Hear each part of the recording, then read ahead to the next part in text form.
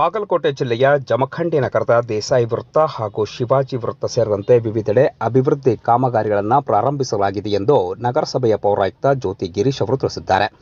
ಜನವರಿ 27ರ ಮಧ್ಯಾಹ್ನ 1 ಗಂಟೆ ಸಂದರ್ಭದಲ್ಲಿ ಜಮಖಂಡಿ ನಗರದಲ್ಲಿ ಮಾತನಾಡಿರುವ ಅವರು, ನಗರದ ವಿವಿಧ ಪ್ರದೇಶಗಳಲ್ಲಿ ಬರುವಂತಹ ನಗರಸಭೆ ವ್ಯಾಪ್ತಿಯ ಪ್ರದೇಶಗಳಲ್ಲಿ ಅಭಿವೃದ್ಧಿ ಕಾಮಗಾರಿಗಳನ್ನು ಪ್ರಾರಂಭಿಸಲಾಗಿದ್ದು ಅವು ಪ್ರಗತಿಯಲ್ಲಿವೆ ಅಂತ ತಿಳಿಸಿದ್ದಾರೆ.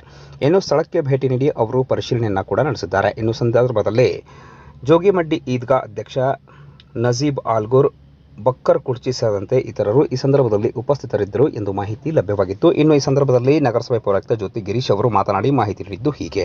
ನಮಸ್ಕಾರ. ಇವತ್ತು ನಾವು ನಮ್ಮ ಜಮಖಂಡಿ ನಗರದ ದೇಸಾಯಿ ಸರ್ಕಲ್ ಅಭಿವೃದ್ಧಿ ಕಾರ್ಯವನ್ನು ಮಾಡ್ತಾ ಇದ್ದೀವಿ.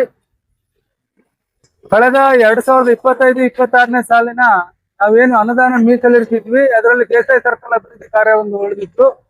ಇದನ್ನ ಸನ್ಮಾನ್ಯ ಶಾಸಕರು, ಮಾಜಿ ಶಾಸಕರು ಹಾಗೂ ನಮ್ಮ ನಗರಸಭೆ ಅಧ್ಯಕ್ಷರು ಇದನ್ನ ಭೂಮಿ ಪೂಜೆ ಕಾರ್ಯನ ನಿರ್ವಹಿಸಿರ್ತಾರೆ.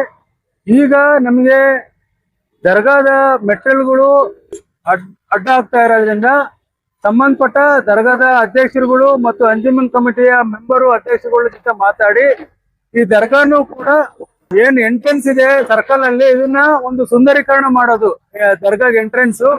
ಅದೇ ರೀತಿ ಈ ಮೆಟ್ಟಲ್ಗಳನ್ನ ತೆಗೆದು ಆ ಮೆಟ್ಟಲ್ಗಳಿಗೆ ಒಂದು ಗ್ರಾನೈಟ್ ಹಾಕಿಸ್ತಾ ಇದ್ದೀವಿ.